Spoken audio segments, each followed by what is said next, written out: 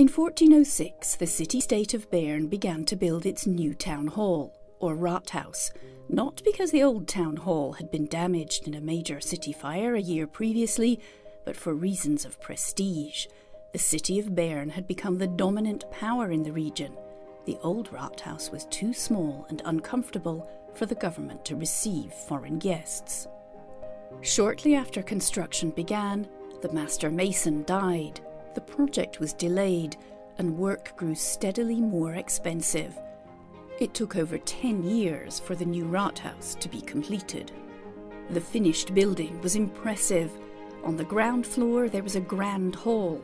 No illustrations of this remain today, yet its pillars and timber ceiling have survived, and the size of the present hall is much the same.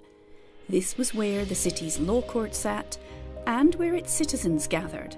At the time, the city had around 6,000 inhabitants. On the first and second floors there were chambers for the government, the parliament, and for civil servants. These chambers have the sharrow barrel vaulting characteristic of the time. Soon afterwards, a splendid outside staircase was built on the main facade. It served as an outdoor stage where political decisions could be announced to the public.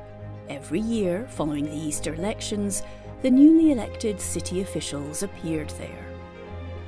But the Rathaus has not just been a meeting place for the city's politicians and officials over the centuries.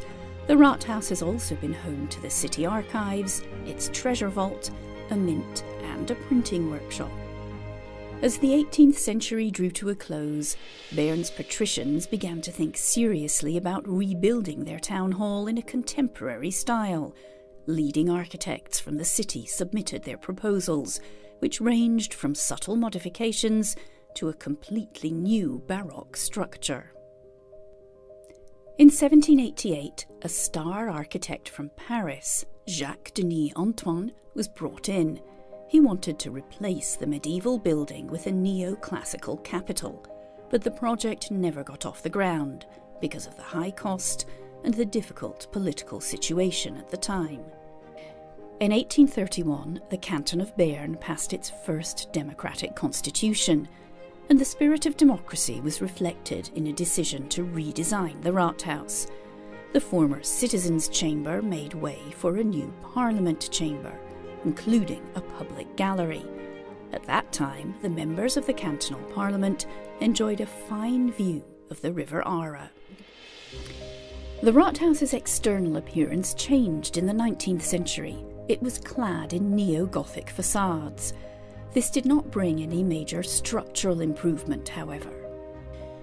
In 1938, Robert Grimm, the new Minister of Building Works, took charge of a project to renovate the Rathaus. He relocated the cantonal archives, then occupying the entrance hall, to new premises. The cantonal chancellery moved to the building next door, thus readying the Rathaus for major renovations from 1940 to 1942. The first and second floors were completely remodelled.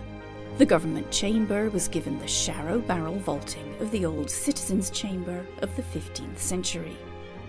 On the ground floor, the medieval courtroom was restored and linked to the first floor by a flight of stairs. Many artists of the time were involved in the work, including the sculptor Gustave Piguet. The government, parliament, and the local people were proud of their achievement. The completely renovated Rathaus now became a popular venue for receptions, celebrations, and other events.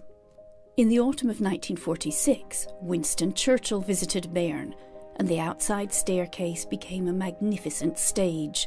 The British Prime Minister spoke from there to a rapt Bern public, expressing his hopes for a Europe united in peace.